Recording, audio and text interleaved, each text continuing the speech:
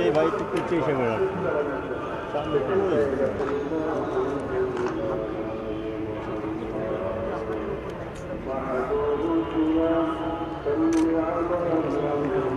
দেখেন বিপিএল এমন একটা ফরম্যাট, আপনি যদি খেয়াল করে দেখেন ফরেন প্লেয়াররা অবশ্যই ধরেন আউটসাইডিং পারফরমেন্স করে, বাট আপনার কিন্তু লোকাল প্লেয়ারদের অনেক বড় আর এটা কিন্তু সব টিমই আপনি যদি খেয়াল করে দেখেন যে অনেক ভালো ভালো লোকাল প্লেয়াররা আছে।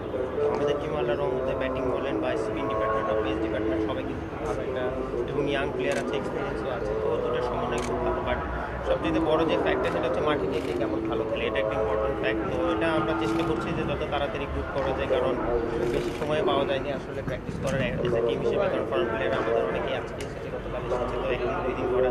তো যত তাড়াতাড়ি আমরা এটা আর কি গ্রুপ করতে পারবো। আর সবচেয়ে ইম্পর্টেন্ট যেটা বললেন যে মানে লোকাল প্লেয়ারদের উপর আমাদের রেসপন্সিবিলিটি অনেক বেশি, এবং ইনশাল্লাহ আমরা সেটা নেওয়ার জন্য মুখে আছি, সো দ্যাট আমরা যেন চিটাগাংকে লাস্ট ইয়ার হচ্ছে অনেক ভালো।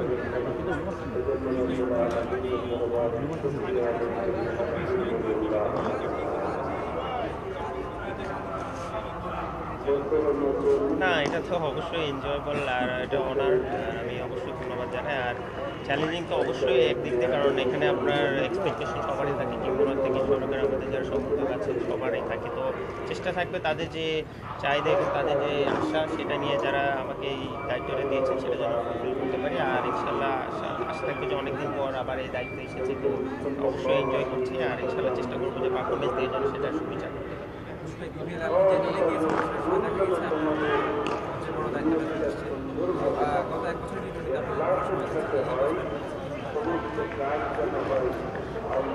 দেখেন, আমি লাস্ট যে কটা সিজনই খেলেছি যে কোনো টিমের হয়ে, আমি সবসময় চেষ্টা করি আমার সর্বোচ্চ হয়, অনেক সময় হয় না, but to honest as a being a captain আপনাকে সবসময় সামনে থেকে নেতৃত্ব দিলে টিমের রেজাল্ট অনেক বেটার হয়। তো এইবারও ইনশাল্লাহ সেটা ব্যতিক্রম করার চেষ্টা করবো। অবশ্যই চেষ্টা থাকবে যেন আমি সামনে থেকে নেতৃত্ব দিতে পারি, আমার পারফরমেন্সটা যেন আশা করছি সবচেয়ে বড় ইম্পর্টেন্ট যেটা সেটা আমাদের টিম যতই ভালো করে আমাদের টিমটা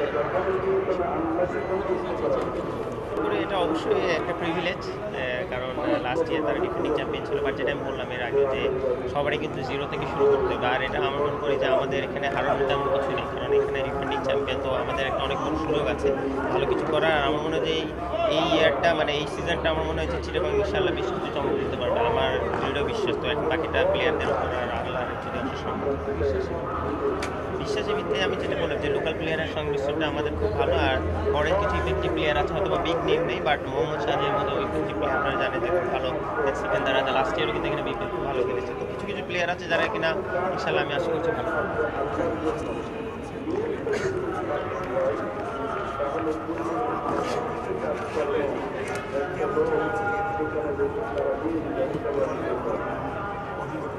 না, এটা তো অবশ্যই, তার মানে এটাই শো করে যে আমাদের বাংলাদেশ ক্রিকেট ওয়ার্ল্ড ওয়াইড অনেক এক্সপ্যান্স হচ্ছে, এটা একটা খুবই ভালো দিক। আর তাদের সাথে মানে ড্রেসিং রুম শেয়ার করে, এটাও আমাদের জন্য অনেক বড় একটা ফ্যাক্ট, বিশেষ করে ইয়াং প্লেয়ার যারা আছে। তো আমি মনে করি যে এটা অবশ্যই একটা ভালো দিক বাংলাদেশ ক্রিকেটের জন্য। আর বিপিএল অলওয়েজ বাংলাদেশ ন্যাশনাল টিমকে অনেক দিক থেকে হেল্প করে, কারণ টি-20 ফর্মেটে আমরা খুব বেশি ম্যাচ খেলি। তো এই জায়গায় একটা সময় যেখানে কিনা আমরা অনেক ম্যাচ খেলার সুযোগ পাবো, তো এখানেও আমাদের নতুন যারা ট্যালেন্ট সেগুলো দেখার সুযোগ পাই টিম ম্যানেজমেন্টটা। তো আমি মনে করি যে ইনশাল্লাহ এই সিজনটা খুব ভালো।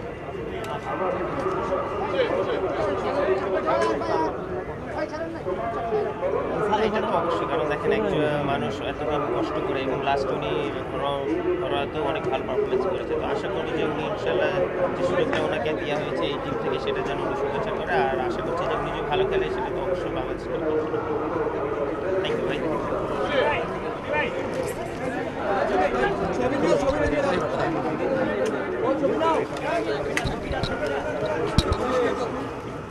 এই ভাই একটু কুচি হিসেবে